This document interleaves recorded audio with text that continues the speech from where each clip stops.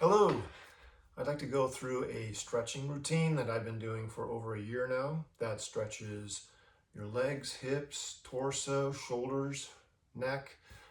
Um, and I think it'll be helpful for a lot of people for helping them extend their range of motion and develop proper posture, loosen up some muscles, and deal with some pains, aches and pains that many of us get as we get older, especially as our muscles keep shortening and tightening. I use the bed for all these stretches because it's a good prop for doing them comfortably and holding the stretch for a long period of time. And it allows you to do some range of motion things that you can't do on a floor surface. So we'll get right into it. I like to do these in the morning when I wake up, but the first stretch I typically do when I'm waking up is to hang your shoulder off the bed and stretch out the chest and the shoulder, and maybe even turn my head the other way and stretch the neck. So typically, when I'm sleeping, I get a little bit of tightness all in here, so take the pillow out of the way, get on a flat mattress. And if your shoulder has a good range of motion, especially after you've been doing this for a while, you can oftentimes grab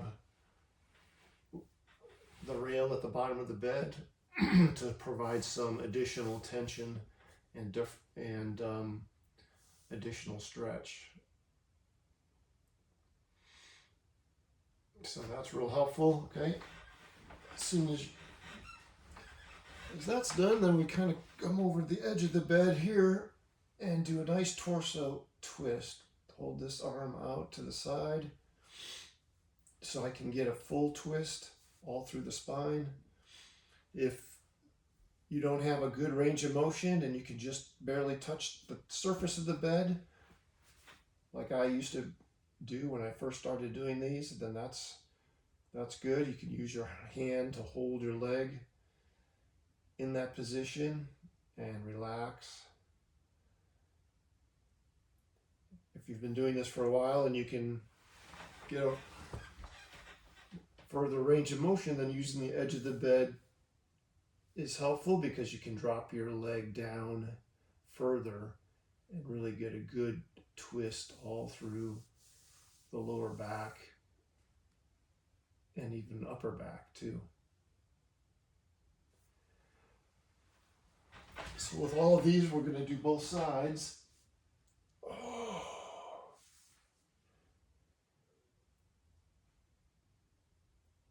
So take your leg and bring it over if you can. Bring it off the bed, down lower if that works. If not, just rest it on the bed. If it's real tight, then your shoulder might be pulled up, so you might have to kind of very gently lower your shoulder and your arm. This is all about doing things slowly and gently and holding the stretch, not bouncing, not forcing. We're using the bed so we can relax and hold the stretch for a longer period.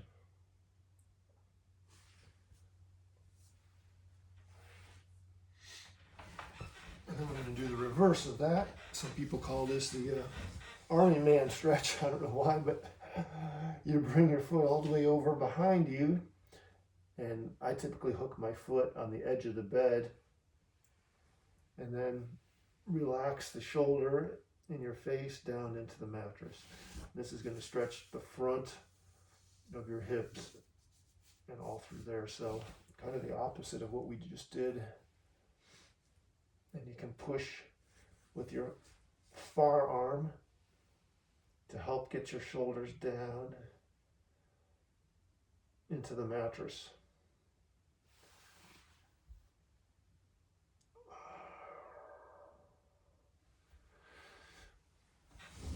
Now, some of these stretches are going to be new to you.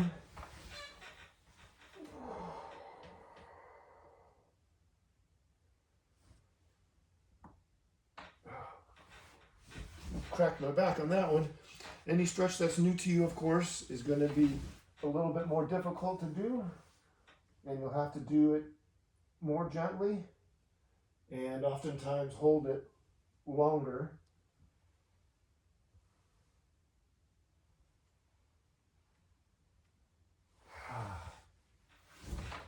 But it does help considerably over time to get more range of motion, more flexibility, longer muscles, which in turn allows your posture to improve because it's not limited by those tight muscles, both your hips and shoulders and so forth. So now we're going to be stretching our glutes, and putting your knee on the edge of the bed, letting your foot hang down allows your knee to be in a little more natural position. If you did this on the floor, really put your knee on a lot of pressure on your knee because your leg is torqued sideways. But this is much better for your knee and much more comfortable, and you can hold this stretch using gravity to pull your head down, shoulders down. If you get good flexibility, you can get your head down to your mattress, and I even pull down on the bed rail to even go down even a little further with my shoulders. Again, you want to do this slowly and gradually. You don't want to trigger any kind of reaction from your muscles because they feel like they're being injured. You want to do it nice and slow. It's all about holding the stretch.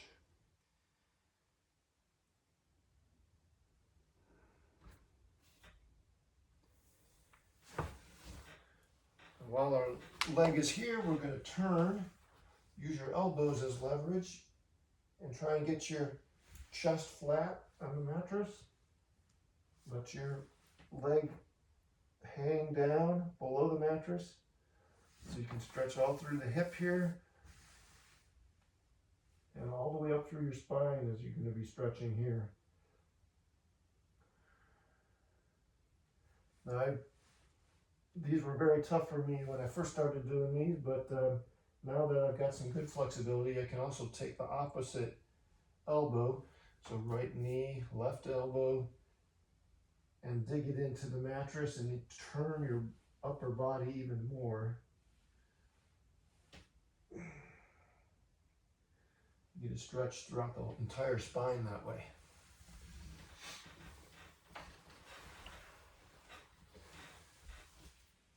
Now we're going to do the other side. Again, knee on the edge, foot hanging down.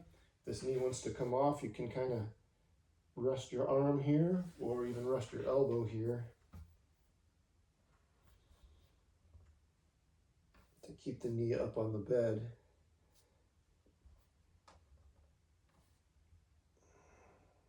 It also stretches the shoulder here, so careful. You don't want to do that too hard.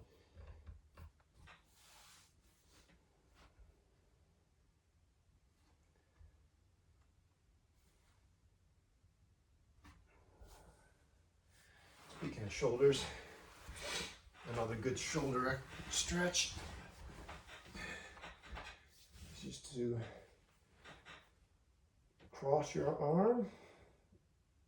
Be very careful with this. You're stretching small muscles using your body weight, so you don't want to go too fast, too hard with this. And I will typically have my arm to the side, and then I'll also lower it as it works slightly different muscles up there in the shoulder, and just let my body weight gently stretch those muscles out.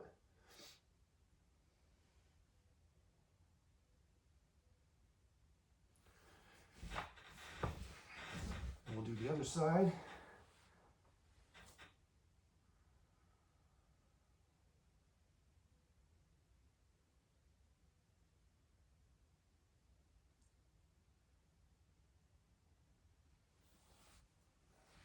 I'm going to run through these stretches a little bit brisk pace, but feel free to hold these stretches longer,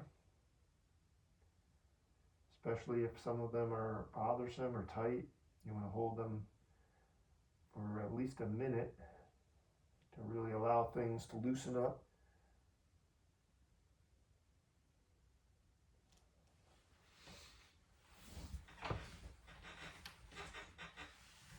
All right, now this stretch here, we're going to work on our hips, called child's pose in yoga.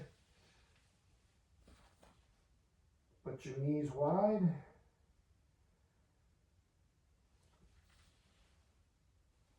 Put your head down forward as far as you can. Hopefully you can put your head on the bed and your arms in front. And just allow your weight, your gravity to push your hips down towards the mattress. Stretch those hip muscles out. This is an important stretch for older folks because these muscles in the hips tend to get tight and shorter as we age, affecting our posture and when we stand and walk. Now when we move back, we're going to be stretching the quads, and some people have really tight quads. You have to be careful. You don't want to hurt your knees either.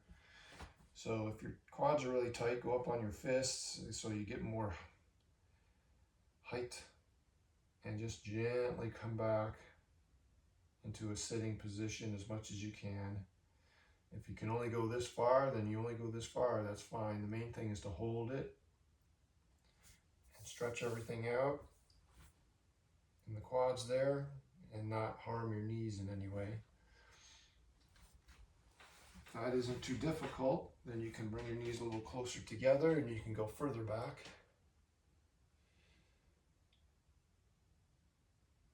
And if you've been on hiking or running or exercising a lot, these quads, sometimes they'll get really tight, and they're big muscles, so you have to stretch them slowly. And if your flexibility is even better than that, then you can go further back onto your elbows. You can also go back and put your back flat on the mattress, but that puts a lot of pressure on the knees, and I don't like to do that. It's hard to get out of it. Once you're there, you're kind of stuck. You almost have to roll sideways to get out of it. On the elbows isn't too bad. It still gives a really good stretch to the quads if you have this range of motion, if you have these quads elongated enough to do that. We can go back to our child pose. Stretch those hips out again. And then we'll go to another yoga pose, Cobra. I'm using my fists to keep my wrists straight and to get my shoulders up high as possible. And just relaxing the hips, relaxing the back, stretching out the lower back.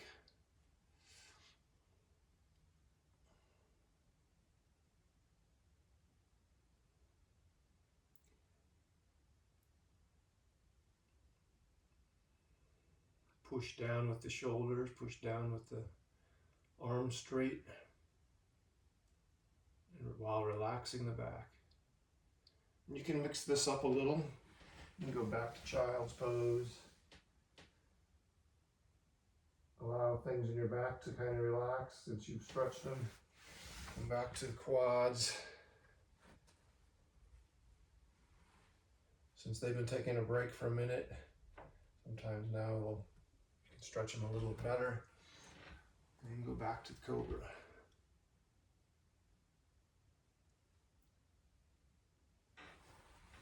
Okay, so we have quite a few stretches there done. Now we're going to work on our hamstrings, which are, of course, this muscle here. You want your foot that's on the floor parallel to your leg. And the bed is a good prop for doing this because you can hold on to something, it's stable, it allows you to really get to hold the stretch comfortably in a relaxed fashion for a long period of time. You want this leg straight, straight, toes straight up, foot on the floor, parallel, and just gently little by little, lean forward. Maybe, just move your hands an inch at a time. And you can measure your progress by using your opposite hand. So your right leg's on the bed, you can put your left hand here. This helps keep your shoulders square. The foot on the floor parallel keeps your hips square. And so right now, middle of my shin, and I'll just go a little ½ inch at a time. Go down a little more, ½ inch at a time. Now, some people can put their head on their knee. I've never been able to do that, even as a kid in gym class, but I can measure my progress. I'm getting a little lower and a little lower. And if you do these consistently, all these stretches, every day, over the course of months, years even, you'll get some progress. And it's very slow progress, but it makes a huge difference in level of pain and discomfort and range of motion and so forth. Now these hamstrings, when they get tight, they can press on the sciatic nerve, which runs kind of underneath the hamstrings in the hip area. And that sciatic nerve, when it gets aggravated or triggered, it can cause other muscles in your back, leg, whatever, to lock up, to spasm, to contract. So having your hamstrings flexible allows less pressure on that sciatic nerve, and that's been something that I've been able to resolve by stretching diligently. And now you can see I can go all the way down to the center of my foot, so I have stretched that out quite a bit just now. All right, so now we're going to put both feet facing parallel to the bed, and going to kind of stretch out the groin. Whew. Got a little bit of a hip reaction there. Okay, now it's better. So this stretches out your groin, but it also stretches out your hips. So you want to keep your shoulders straight and parallel, and just go to the side. We're not going to lean forward. We're just going to go strictly sideways. So we're doing a lot of stretches today, forward and back and twisting, and now this one is to the side. Getting all ranges of mobility here are going to be stretched, and this really gets these hip flexor muscles in your hips that are used when you're walking, running, hiking. Keep your hips level while your weight is on one leg or the other. So this is really good for that. And then if you want to stretch your groin a little more, you can kind of lean into the bed, spread those feet a little wider. Now my bed's fairly tall, so if you have a shorter bed, this might be different for you as far as how much of a stretch you're getting or how you have to position yourself. But now we're going to kind of do the half cobra. We just did a cobra earlier, but put your leg back, and you're going to use your fists again, and arms straight and your shoulders down. But this time you're going to bend this lower leg so you can get your hips lower and lower into the mattress. If you have a shorter bed, you're probably already doing this just to get down to the mattress. But this allows you to put double the pressure on that stretch, which includes your hips, the front of your hips, and the muscles in your back there. All right, I'll go the other way.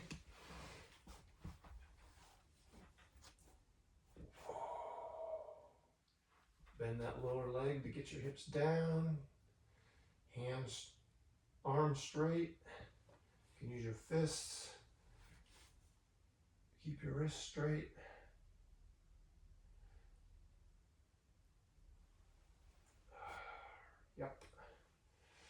That's a good one. I'm going to go out to the side again. We're going to go leaning the other way, stretching all in the hips here. I think this is a stretch a lot of people don't do, but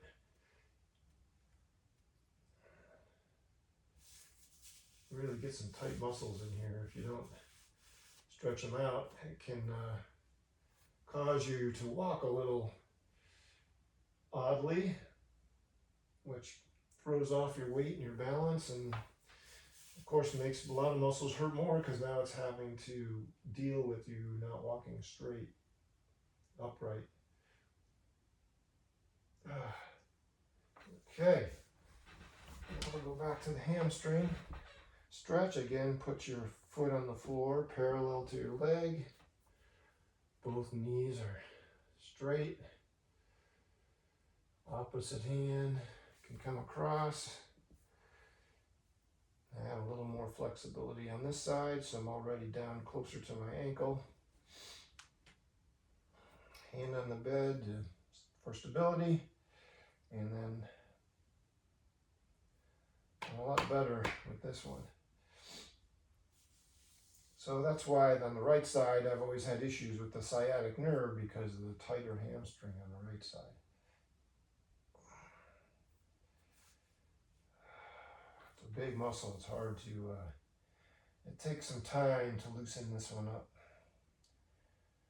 And the trick is, I think, getting in comfortable position so that you can hold it for a long period of time using gravity to help you out. So I like using the bed for that reason. Plus it's nice and padded, so gentle on your leg and heel and all of that you're pressing down on. Okay.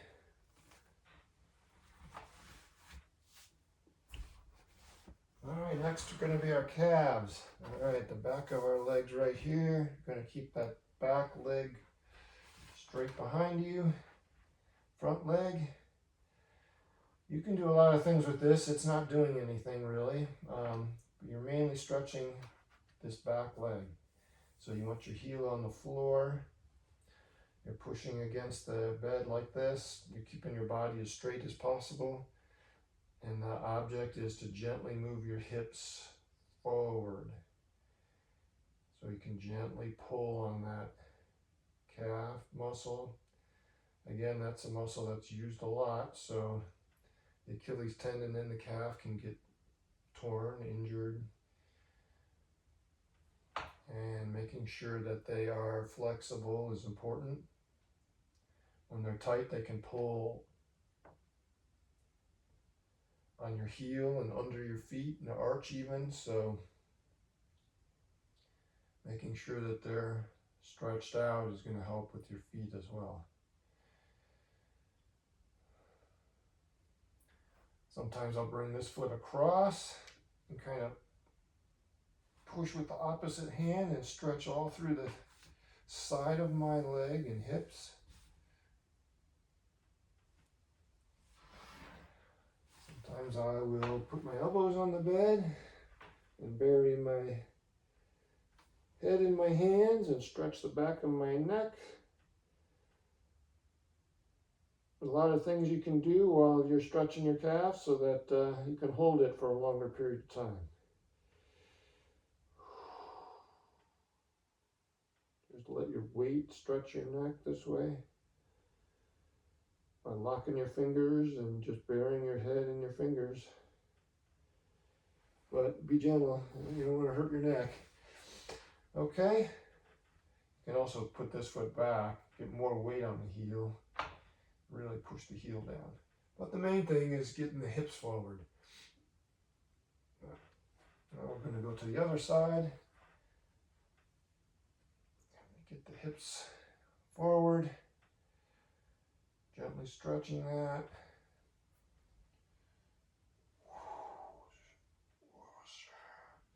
Yeah, that gets all tight all on the outside, wraps all the way around your hips. you know, there are tendons and muscles, but there are also groups of muscles grouped into fascia. And some of these stretches you can tell are getting groups of muscles stretched all together. They work together, and stretching them out so that they continue to function and slide and move like they're supposed to is important. Okay, again, getting these hips forward to stretch that calf. All right, great. A couple more shoulder stretches. We're going to go on our knees. Put your arms on the bed. If you can get your elbows there with your head not touching the mattress, that's good.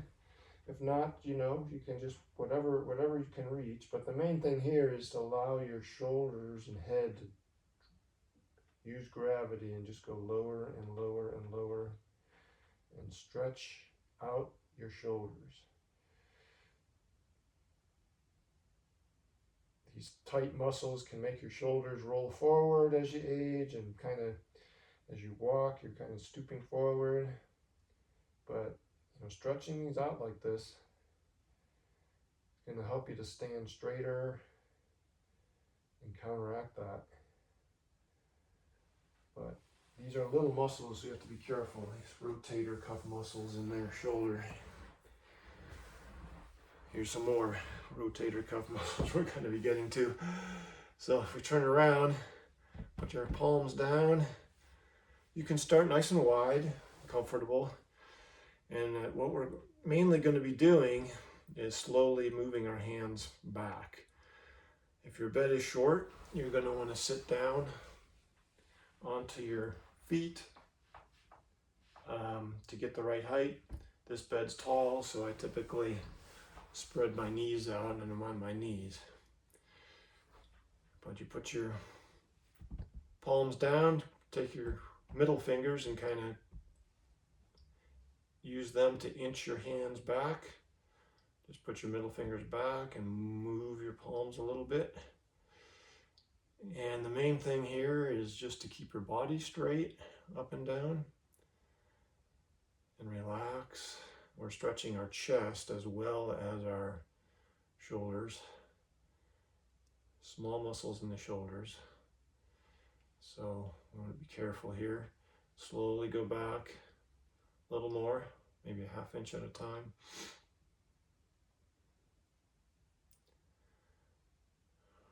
But these definitely need to be stretched. As we age, they tighten up, make our shoulders curl forward a little more.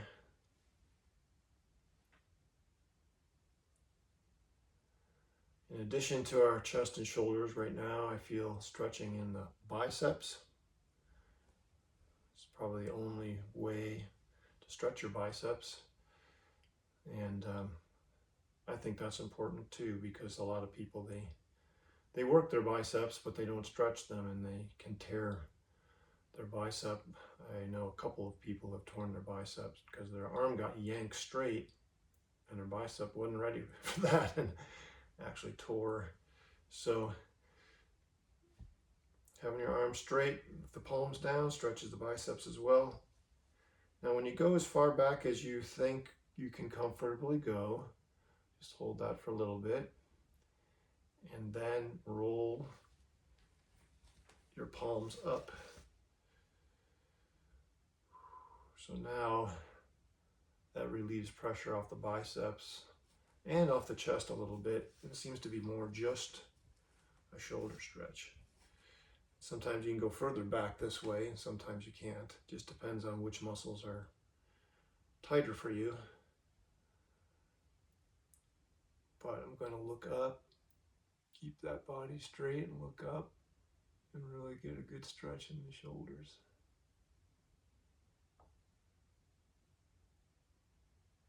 Okay. Wow.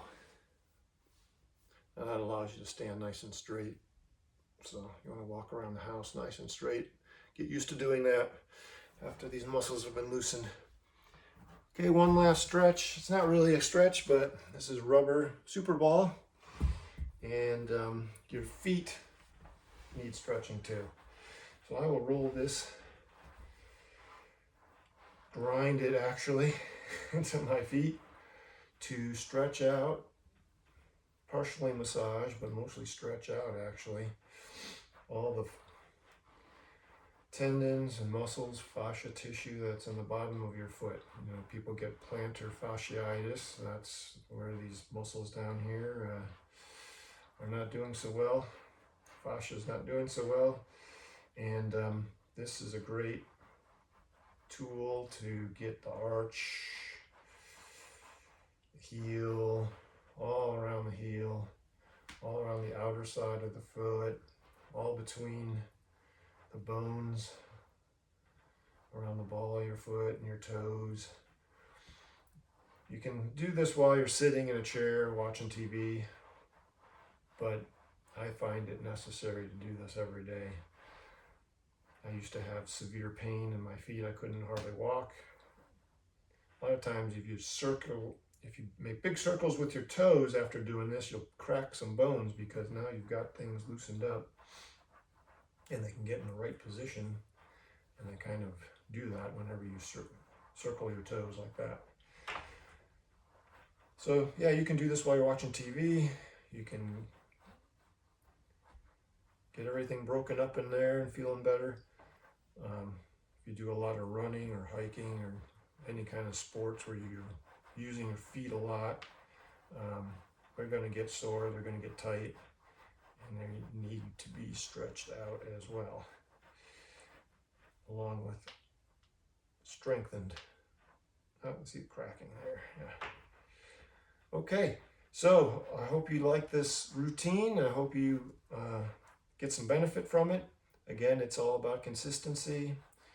You do this every day over a period of a year, you will really notice a big change. It's not something you're going to be good to go in a couple of days or anything like that. This is something that's long term and will help in a lot of areas regarding pain and flexibility and posture and so forth. Okay, well, I hope you enjoyed, and stay flexible, all right?